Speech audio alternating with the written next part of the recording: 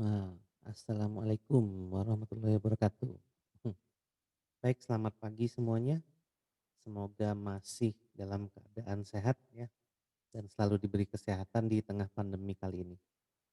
Baik, untuk menutup tahun yang indah ini, tahun yang kena skip gitu ya gara-gara corona, saya ingin share lagi ya mengenai data mining ya. Kita masih lanjut ke data mining, yaitu ke cluster. Baik, kalau kita ngomongin cluster artinya kita sudah makin dekat dengan akhir. Enggak deh, nanti akan kita bahas, hal-hal lain mengenai data mining ya, tidak hanya, mengenai materi teori saja. Baik, kita lanjut saja, dengan materi ya tentang klasterisasi. Baik, masih seputar knowledge discovery from data. Jadi di sini kita kemarin-kemarin udah kita bahas semua dari selection, pre-processing, dan transformation ya. Nah, biasanya ada yang menyebutnya itu sebagai data preparation, artinya persiapan data. Nah, di sini kita menggunakan transform data ya, menggunakan teknik data mining lalu menjadi pattern suatu pola gitu ya, dan pola itu diinterpretasi atau dievaluasi. Nah, kemarin saat kita membahas tentang klasifikasi, kita melakukan evaluasi ya, karena data dibagi dulu, data training dan data testing. Nah, namun kalau kita berbicara tentang cluster, maka kita harus interpretasi. Jadi kita interpretasikan suatu cluster menjadi suatu bentuk baru yang nanti kita bisa dapatkan suatu knowledge-nya dari klaster yang ada. Karena sejatinya kalau kita ngomongin klaster, tidak akan ada yang namanya label kelas gitu ya. Jadi semua atribut itu tidak ada labelnya dan yang akan difokuskan dari klaster itu adalah kemiripan ya antara record ya. Jadi kita misalnya punya 100 buah record, nanti mana saja record atau data yang tergolong ke dalam klaster satu, klaster 2, klaster 3, dan klaster N ya, atau klaster seterusnya sesuai dengan jumlah klaster yang terbentuk dan ditentukan dari metode klaster itu sendiri. Nah, baru nanti kita interpretasikan maksud dari klaster dari sekian atribut itu seperti apa. Jadi, kalau kita menggunakan 10 atribut dalam mengklaster, maka kita bisa menginterpretasikan dari 10 atribut itu. Apabila tidak memungkinkan, kita bisa kembalikan ke bentuk data awal ya. Iya, yang di KDD ini adalah yang paling bawah itu ada data ya sebelum proses selection. Kita bisa balikin ke situ ya untuk mendapatkan interpretasi yang lebih jelas dari, hasil klaster yang kita dapatkan. Baik, klasterisasi data atau data clustering gitu ya. Jadi, disebut juga sebagai analisis klaster, analisis segmentasi ya, analisis taksonomi atau unsupervised classification, itu dia adalah suatu teknik pengelompokan gitu ya, seperti klasifikasi namun tidak memiliki label. Seperti yang saya bilang tadi bahwa yang nanti akan dicari itu adalah kemiripan antara suatu objek dengan objek lain, atau antara suatu record dengan record lain. Semakin mirip, maka kemungkinan besar dia tergabung dalam satu kelompok gitu ya, atau dalam satu klaster yang sama. Nah, bisa kita lihat dari gambar ya, ada sebaran data, ini kita mengambil fitur yang paling gampang divisualisasikan ya, ada X dan Y gitu ya. Nah, kita bisa lihat pengelompokan datanya seperti apa. Ya, untuk gambar yang pertama itu kita punya 3 warna, hijau, merah, dan biru. Artinya mereka berkelompok ya, karena memiliki kemiripan dari sisi data. Kemiripan itu artinya jarak antar datanya itu, dekat ya, antara yang merah sesama yang merah, hijau sesama yang hijau, dan biru sesama yang biru. Atau gambar yang di tengah ya, dia berkumpul ya, jadi kita bisa lihat bahwa data itu adalah berkumpul. Nah, ini visualisasi yang paling gampang kita interpretasikan ya, kalau ada data yang berkumpul dari sisi, atribut ya, dari sisi fitur, kita punya income sama debt gitu ya. Jadi berkumpul di klaster satu itu semua data, berarti di klaster satu itu adalah hutangnya banyak ya, pendapatannya sedikit. Di klaster 2 itu hutangnya dikit, pendapatannya dikit. Di klaster ketiga itu adalah pendapatannya banyak, hutangnya menengah lah gitu ya. Nah dari sini kita bisa lihat, dan kita kalau misalnya divisualisasikan seperti ini kan kita enak menginterpretasikannya seperti apa, melalui 2 variabel atau fitur ya atau atribut ini ya, yaitu debt dan income ya. Nah jadi dalam, klaster itu, eee, suatu apa, objek ya atau suatu record itu tidak dipaksakan untuk berkelompok ke dalam kelompoknya sesuai dengan label, tapi dia akan berkelompok sesuai dengan, apa, jarak ya antara suatu objek dengan objek lain dan dengan, kelompoknya masing-masing. Nah jadi tujuan dari klaster itu ya, jadi kita akan melihat kesamaan, ciri ya, kesamaan ciri itu bisa kita lihat dari atribut. Ya bagaimana suatu atribut itu bisa kita lihat ya kemiripannya dengan, objek lain ya, dengan atribut yang sama. Nah apabila, suatu atribut itu memiliki nilai yang berbeda dengan objek lain dan dievaluasi dengan atribut yang sama, maka kemungkinan besar dia akan berbeda kelompok atau berbeda klaster. Jadi di sini kelasnya kita tidak tahu, kita tidak punya kelas pengelompokan secara spesifik seperti apa yang kita lakukan di klasifikasi. Namun data akan berkumpul dan berkelompok sesuai dengan kemiripannya masing-masing. Jadi kalau mirip dia akan berkelompok, kalau tidak mirip dia akan berbeda kelompok. Nah, dan dia juga akan berkelompok dengan yang mirip dengan dia gitu ya.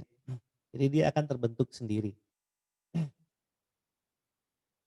Nah, untuk menentukan bagaimana dia berkelompok tentu kita harus tentukan kriteria pengelompokannya sebelumnya.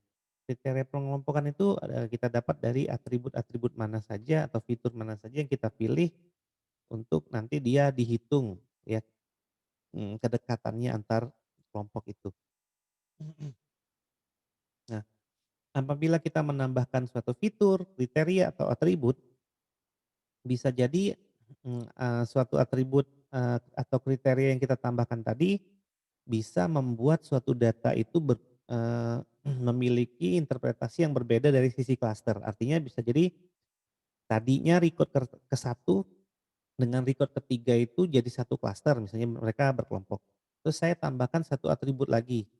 Nah akhirnya 1 dan 3 itu beda klaster atau beda kelompok.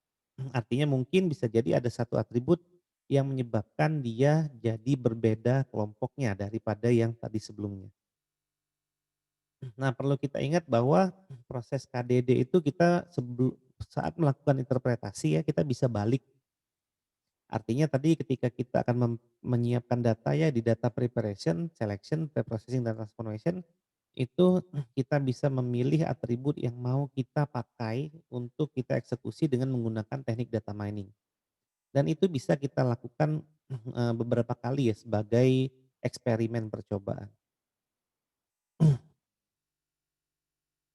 Nah baik, ini adalah tahapan klasterisasi yang pertama itu fitur selection atau data preparation tadi. Jadi misalnya kita bisa lakukan beberapa uji coba. Pertama kita coba dengan 10 fitur misalnya. Lalu kita coba dengan 12 fitur, lalu kita coba dengan 15, lalu kita coba dengan 20 dan seterusnya itu kita bisa lakukan percobaan, dengan memilih fitur-fitur yang dirasa merepresentasikan apa yang ingin kita capai nantinya. Nah, lalu tahap yang kedua itu kita tentukan proximity measure-nya.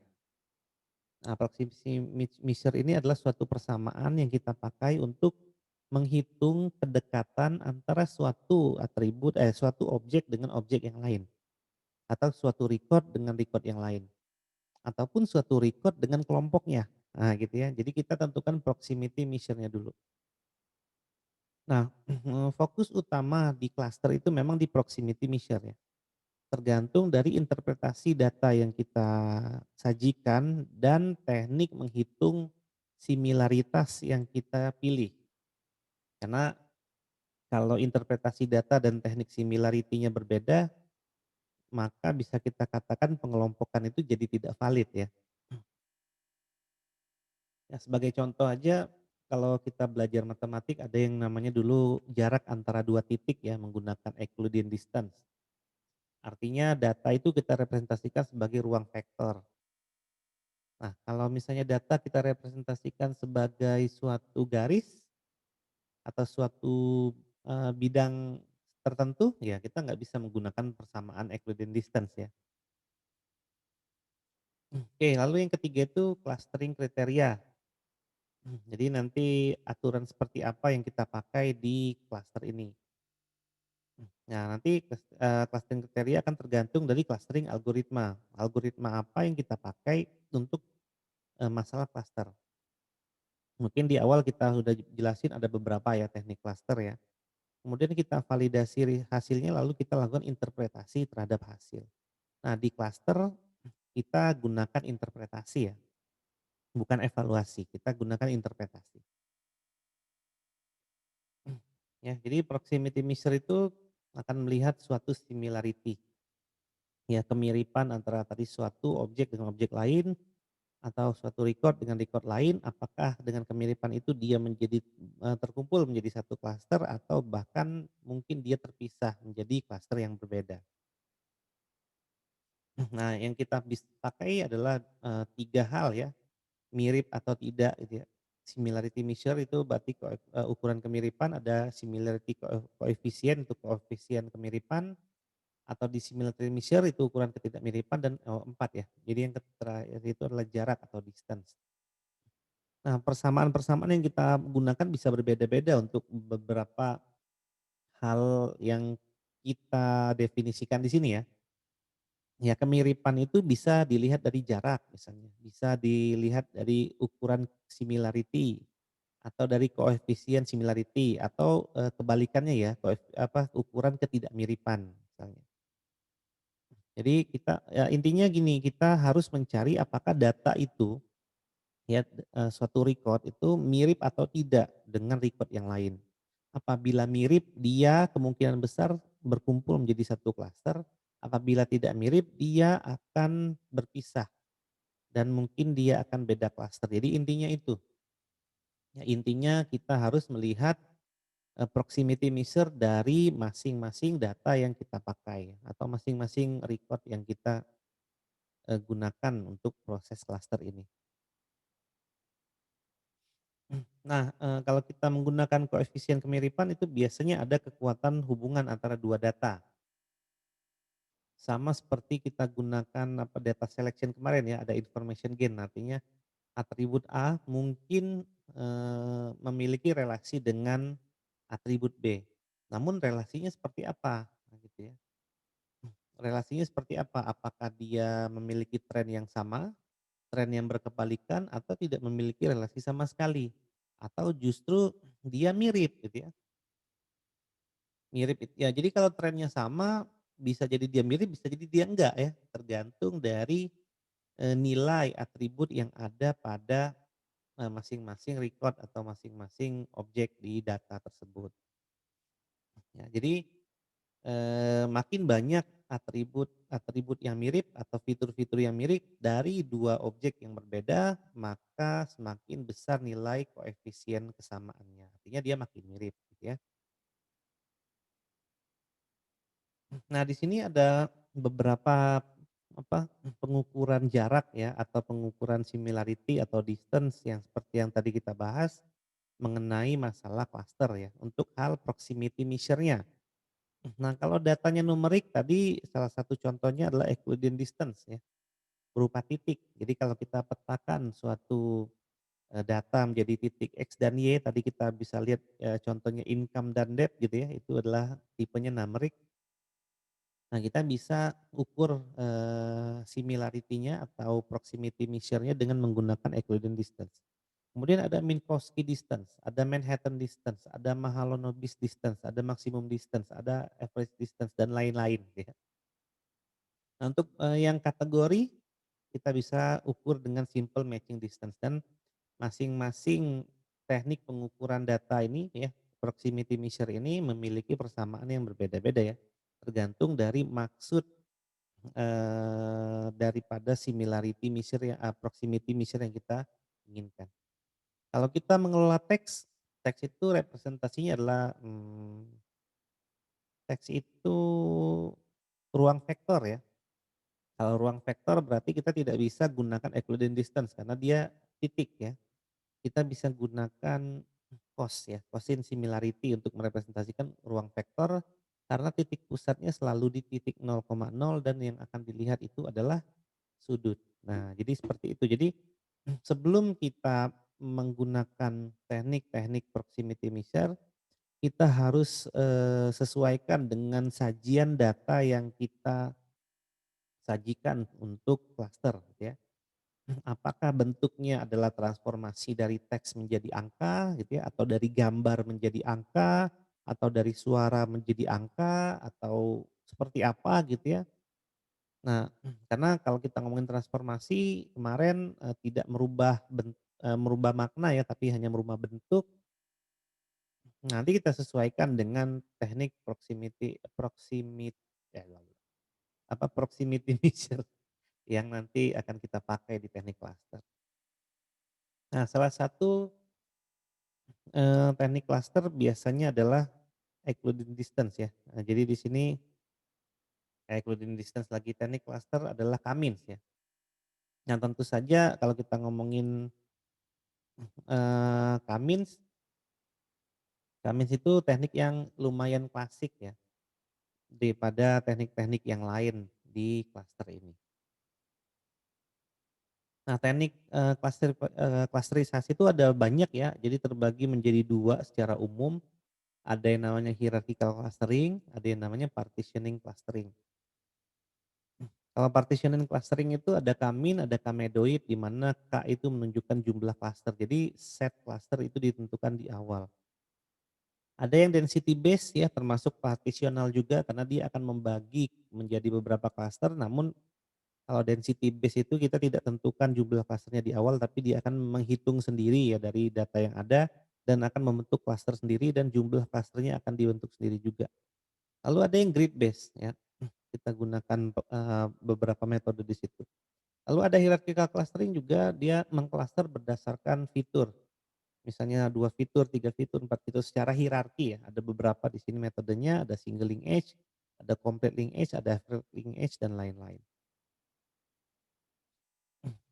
Nah, baik mengenai pengukuran ya, salah satu sampelnya adalah yang numerik yaitu Euclidean distance ya, yang paling biasa digunakan untuk data yang real, numerik, yang direpresentasikan dalam suatu titik gitu ya. Jadi persamaan antar 2 titik. Nah, ini mungkin di mata kuliah kalkulus atau mata kuliah matematika saat SMA pun ini pernah ada ya materi tentang Euclidean distance, jarak antara 2 titik. Kalau dulu kan ada jarak antara 2 titik, jarak antara 2 garis, jarak antara 2 bidang ruang gitu ya dan seterusnya lah gitu ya. Jadi yang dipakai biasanya jarak antara 2 titik dan itu adalah persamaannya.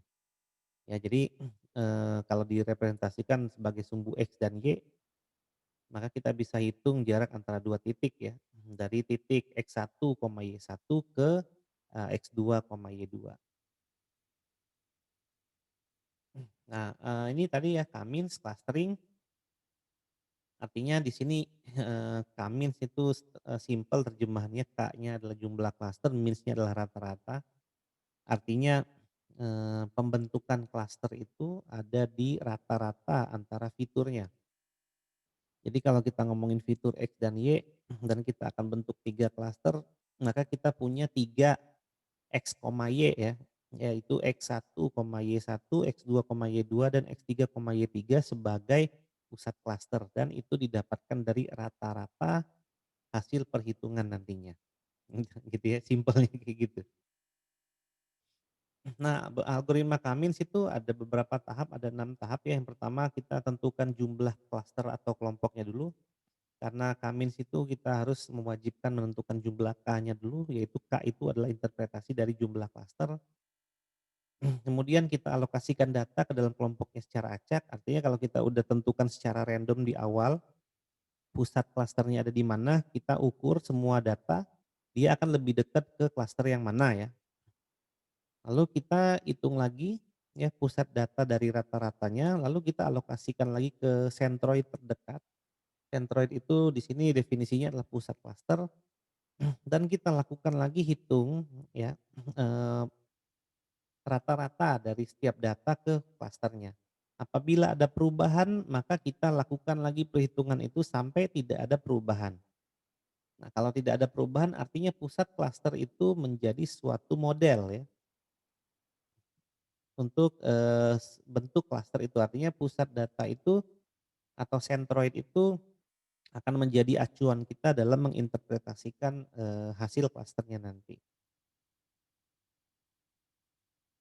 Ya jadi, tentukan titik pusat kalau kita berbicara tentang titik pusat ya karena Kamins dia adalah rata-rata ya dari setiap fitur atau atributnya. Jadi kalau kita bilang fiturnya adalah X dan Y, maka kita hitung X dan Y-nya. Ya karena untuk memvisualisasikan apa, fitur yang paling mudah itu adalah yang 2 dimensi ya, X, Y ya. Pakai apa, diagram Venn yang sederhana di kuadran satu itu kita bisa lihat visualisasi datanya dengan mudah. Namun apabila kita memiliki 10 atribut, artinya kita memiliki 10 dimensi, nah itu mungkin interpretasi visualisasinya agak sulit ya dilakukan, maka kita bisa percayakan pada metode Kamins untuk melakukan pengelompokannya ya. Jadi, tentukan titik pusat, lalu hitung jarak terdekat nah kalau Kamins itu jarak terdekatnya adalah jarak terdekat antara objek ke titik pusatnya ya. Jadi jadi kalau saya punya 3 titik pusat nih, saya punya 2 objek. Nanti objek ke satu itu akan mencari mana titik pusat yang paling dekat dengan dia, ya. Setelah itu, dia akan berkelompok dengan yang dekat dengan titik pusatnya. Lalu objek yang kedua juga akan mencari mana dari 3 titik pusat ini yang paling terdekat dengan dia dan dia akan tergabung dengan titik pusat terdekatnya. Nah, apabila 2 objek ini tergolong, ternyata dekat dengan salah satunya, misalnya di sini ada klaster satu, titik pusat 2 dan titik pusat 3. Misalnya 2 objek ini semuanya ternyata dihitung dengan titik pusatnya paling dekat dengan titik pusat satu, maka 2 objek ini kita bisa anggap sebagai satu kelompok yang sama karena dia memiliki jarak kedekatan yang sama dengan titik pusat yang didefinisikan tadi, gitu ya. Nah, jadi seperti itu, gitu ya. Nah, di sini kita harus definisikan tadi distance-nya bisa pakai Euclidean distance, lalu kita bisa alokasikan keanggotaannya ya seperti yang tadi ya. Kalau dia misalnya jarak yang terdekat jadi minimum dari distance dari, beberapa klaster itu dia akan satu artinya dia akan menuju ke klasternya dan nol berarti dia akan menuju ke klaster yang lain yang mungkin nilainya mendekati satu. Lalu kita gunakan fungsi objektif, ini tujuannya untuk mengevaluasi klaster ya, memvalidasi bukan mengevaluasi karena kalau kita lihat di sini, tadi ya mana nih, ada validation the result ya, kita memvalidasi klaster dan dari fungsi objektif juga kita bisa tentukan suatu threshold ya, untuk membatasi jumlah iterasi yang nanti akan dilakukan oleh Kamins ini. Karena memang dia akan berulang ya prosesnya untuk menghitung suatu jarak antara objek dengan titik pusatnya. Baik, sebagai contoh seperti ini ya, kalau saya memiliki 10 buah data dan saya memiliki 2 buah atribut atau fitur atau kriteria ya, itu bebas aja nyebutinnya, atau dimensi ya, 2 dimensi ini. Saya punya X dan Y, data aslinya itu bentuk visualisasi datanya paling mudah tadi ya seperti yang saya bilang karena X dan Y ya. Jadi di nilainya semuanya positif artinya ada di kuadran satu. Dengan melihat, eee, visualisasi seperti itu kita mudah untuk membayangkan nanti prosesnya seperti apa. Nah, awalnya kita inisialisasi awal dulu ya, misalnya kita dari 10 data ini kita ingin kelompokkan menjadi 3 misalnya. Nah, di Kamins juga bisa kita tentukan mau dikelompokkan menjadi berapa, jadi 2, menjadi 3, menjadi 4 dan seterusnya. Nah, nanti baru kita lihat apakah memang data itu sesuai dengan dibagi 2 kelompoknya, dibagi 3 atau dibagi 4. Nggak mungkin dibagi satu ya, ya artinya ngapain dikelompokin kalau misalnya semua data itu kita bilang K-nya sama dengan satu, jadi percuma aja. Minimal K-nya 2 dan maksimal K-nya 10 ya. Artinya tiap objek itu setidaknya mewakili satu klasternya masing-masing. Jadi kalau Kamins itu ada minimum dan maksimum nilai K ya. Minimumnya adalah 2, maksimumnya adalah sejumlah, objek yang ada. Karena tidak mungkin ada, klaster yang kosong ya. Nah di sini kalau kita misalkan kita set K-nya sama dengan 3. Nah ini bisa dilakukan percobaan berulang kali ya, tapi di sini kita lakukan, isi K-nya sama dengan 3. Nah pertama kita pisahkan dulu nih, yang mana yang menjadi kelompok satu, yang mana menjadi kelompok 2 dan yang mana menjadi kelompok 3. Ini acak aja, random ya. Kita tidak harus mengukur apapun di sini. Lalu kita set dulu fungsi objektifnya 0, lalu kita set threshold-nya adalah 0,8 untuk membatasi, dia nanti akan iterasi berapa kali, dan kita tentukan secara random semua ya, dan nanti kita akan lihat seperti apa Kamins itu bekerja. Nah, jadi ini adalah inisialisasi awal dari Kamins. Jadi tentukan K-nya, tentukan fungsi objektifnya, tentukan threshold-nya, lalu kelompokkanlah, data tadi 10 data ini ke kelompoknya masing-masing, random aja bebas. Mau dikelompokin misalnya data ke satu dengan data ketiga itu ada di kelompok 5, di kelompok 3 misalnya, terserah gitu ya.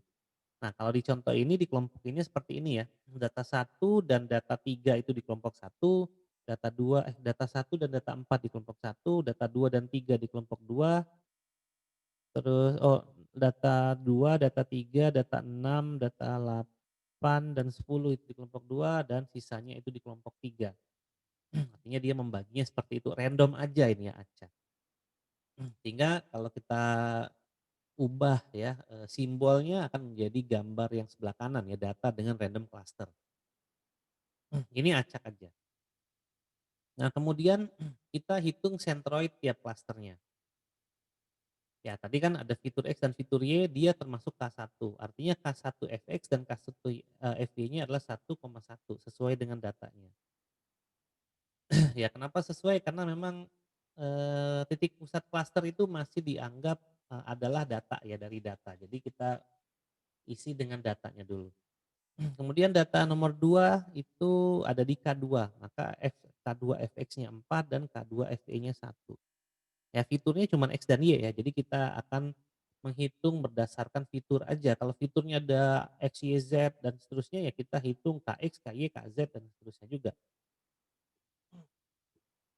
Oke, kita masukin semuanya ya data berdasarkan klasternya, lalu kita totalkan di bawah. Nah, kita lihat total klaster satu itu ada 2 objek, K2 ada 5, K3 ada 3, lalu K1 fx-nya ada 2, K1 fy-nya ada 3, K2 fx-nya 21, K2 fy-nya 18, K3 fx-nya 6 dan K3 fy-nya ada 14. Nah, kita hitung sentroidnya. Jadi kita akan menghitung nilai rata-rata antara K dengan K1 fx dan K1 fy-nya. Ya, jadi kita hitung untuk fitur X dan fitur Y ya. Jadi untuk fitur X di kelompok satu berarti kita akan hitung K1 fx dibagi total K1. Untuk Y-nya berarti K1 fy dibagi total K1. Ya, di mana kita lihat di situ total K1 fx adalah 2 ya. Ini saya pakai ini aja biar enak. Ya, total K1 fx-nya adalah 2. Lalu total K1-nya adalah 2. Kita punya, fitur untuk kelompok satu, untuk X-nya adalah 1. Kemudian untuk Y-nya maka di sini adalah 3 ya, 2 untuk klaster satu kita punya 1,5. Nah untuk, klaster kedua atau kelompok kedua kita punya K2 fx dibagi total K2, K2 fx kita punya 21, total keduanya 5 ya dan seterusnya. Artinya kita bisa dapatkan ya X11 ya untuk kelompok satu adalah satu, Y11 untuk kelompok satu adalah 1,5. Jadi ini adalah 1,1 setengah sebenarnya. Ya, sumbu X dan sumbu Y. Jadi ini adalah klaster yang terbaru dan ini didapat dari rata-rata hasil perhitungan sentroid. Baik, kita dapat ya ini adalah jarak sentroid atau titik pusat yang baru. Kalau yang tadi kan titik pusatnya adalah eee, dari masing-masing datanya kita hitung gitu ya. Nah, sekarang kita punya titik pusat yang baru yaitu 1,1 setengah untuk klaster satu, untuk klaster 2 adalah 4,2, 3,6 dan untuk klaster 3 adalah 2,4,667. Nah, kemudian kita hitung itu semuanya ya jarak data ke satu dengan klaster satu, data ke satu dengan klaster 2, data ke satu dengan klaster 3. Lalu kita hitung juga jarak data kedua dengan satu, data kedua dengan klaster 2, data kedua dengan klaster ketiga sampai dengan data ke-10 dengan klaster satu, data 10 dengan klaster 2 dan data ke-10 dengan klaster ketiga menggunakan Euclidean distance ya. Tinggal masukin aja ke persamaannya kita dapatkan hasil seperti ini, gitu ya. Nah, yang mana yang lebih dekat? Kalau Euclidean distance itu artinya jarak ya. Jarak yang lebih dekat adalah yang nilainya paling kecil. Bisa kita lihat di sini ya. Jarak data ke satu ya, Fx dan Fy ya ini 1,1 dengan C1 adalah 0,5. Jarak data ke satu dengan C2 yaitu 1,1 dengan 4,2 dan 3,6 ya itu adalah 4, sekian. Jarak 1,1 dengan klaster 3 yaitu 2,4,667 itu adalah 3,8 sekian. Kita cari jarak minimumnya karena kalau kita ngomongin jarak ya Euclidean distance adalah yang nilainya kecil itu adalah yang paling dekat. Nah, kita punya nilai minimum semua di sini, artinya kita bisa simpulkan kelompok yang baru sekarang ya. Kelompok yang baru tadi, masih tetap kelompok satu ya untuk data ke satu, yang baru itu mungkin ada di nah di sini ya. Data ke-10 itu awalnya kelompok 3 tapi ternyata kita setelah hitung ke sentroid yang baru, ternyata dia lebih dekatnya ke C2. Maka sekarang, data ke-10 itu pindah ke klaster ke-2 gitu ya. Ada lagi yang beda, nah ini juga beda nih, yang data nomor 8 ya, tadinya dikelompokin ke dalam kelompok yang kedua, dia pindah ke kelompok yang ketiga. Oh ini juga sama, oh iya nomor 10 itu tadinya kelompok kedua, jadi pindah ke kelompok ketiga. Nah, lalu kita hitung untuk fungsi objektifnya ya tadi kan, kita hitung jumlah untuk setiap jarak, ya persamaannya nih ya, jumlah untuk setiap jarak ya, distance ya D.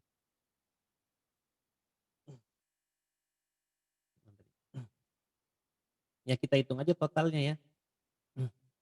Nah, karena jarak minimumnya adalah yang ini yang paling rendah, maka kita jumlahin satu ya, ini juga yang paling rendah, yang menentukan ini ya, menentukan ini ya, yang minimum kita jumlahin, ini juga kita jumlahin yang paling minimum dari ini ya, dari per record ya, per data. Ya kita jumlahin 1 tambah 13 tambah 3 ya, hasilnya adalah 17, sekian. Nah, kita dapatkan deltanya adalah F baru dikurang F lama tadi kita set 0 ya, dan kita punya threshold-nya 0,8. Kita kurangkan 17,5 dikurang 0 masih 17,5 dan masih lebih besar dari threshold. Nah, apabila masih besar dari threshold kita lanjutkan, namun dengan kelompok yang baru yaitu yang ini ya.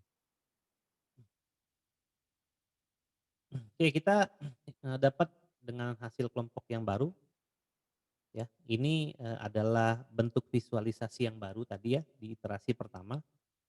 Ini tadi dengan random cluster berdasarkan masing-masing atributnya, sekarang iterasi satu bentuk klasternya udah berubah menjadi seperti ini. Nah, lalu kita lakukan hal yang sama, kita lakukan, hitung sentroid tiap klaster lagi seperti tadi gitu ya. Satu-satu di klaster satu. Nah, tadi kan yang berpindah adalah yang 10 ya, tadinya 2 sekarang 3 ya. Nah, akibatnya apa? K3fx dan K3fy-nya pasti dia berubah ya untuk data ke-10 dan untuk totalnya dia berubah, sehingga dia akan merubah sentroid dari klasternya. Oke, kita bisa lihat berarti titik, kelompok satu tetap, kelompok 2 5 kelompok 2 beda ya, karena tadi kelompok 2-nya berpindah ya.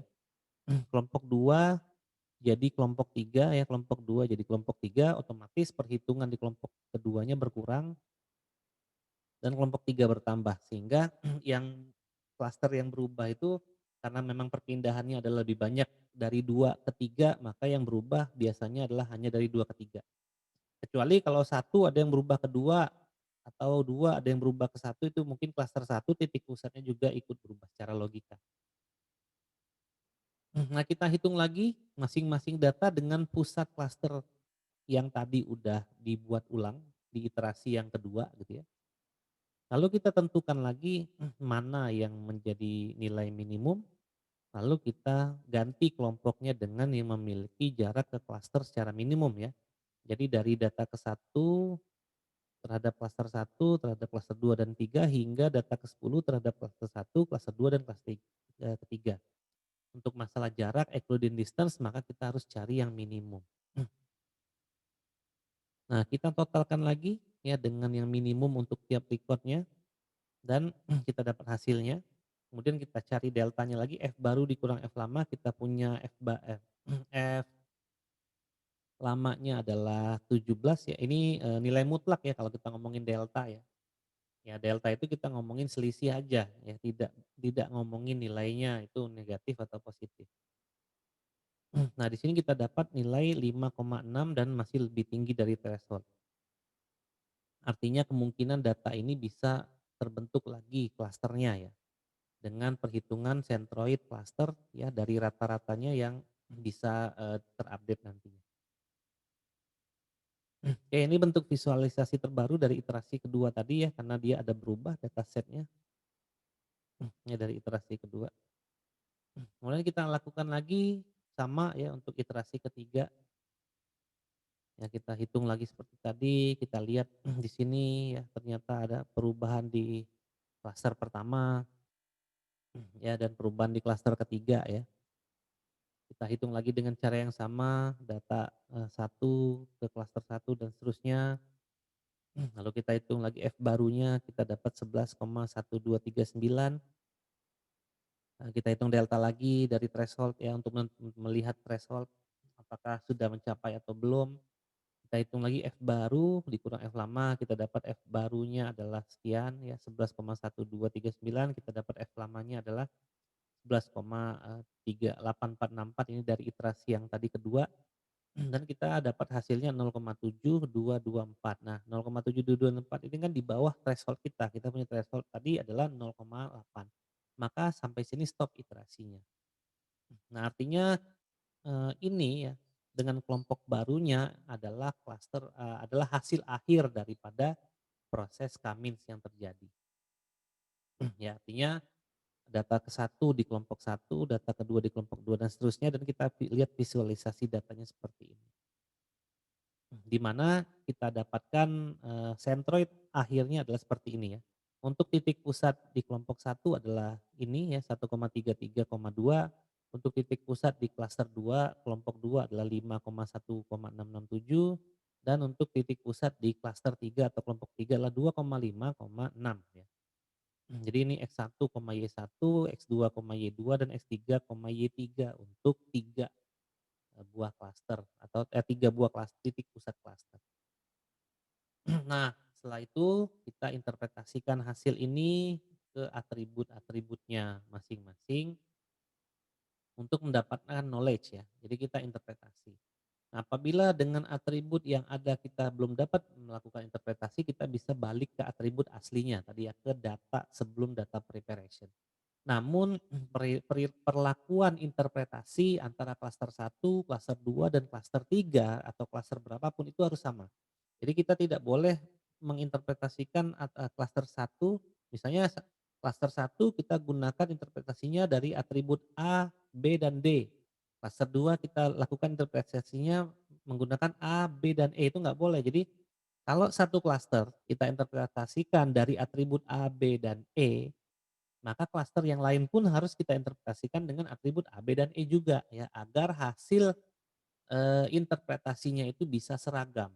Jadi kita tidak boleh memiliki multitafsir untuk tiap-tiap kelompok yang terbentuk. Jadi harus sama ya interpretasinya.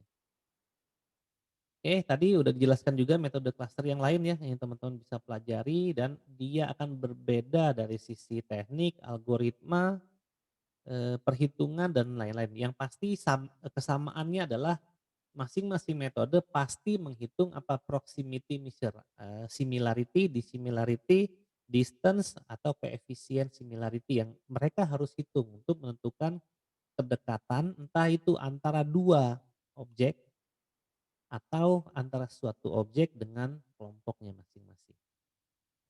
Ya baik, sekilas ya tentang clustering, semoga informasi ini bermanfaat. Ya demikian dulu ya untuk akhir tahun, apakah ini video akhir? Nggak tahu juga gitu. Enggak lah, kita bisa lanjut ya untuk di tahun 2021 ya. Baik teman-teman, mungkin ada liburan lagi ya di akhir tahun ya, selamat berlibur. Saya pamit ya, terima kasih. Wassalamualaikum warahmatullahi wabarakatuh.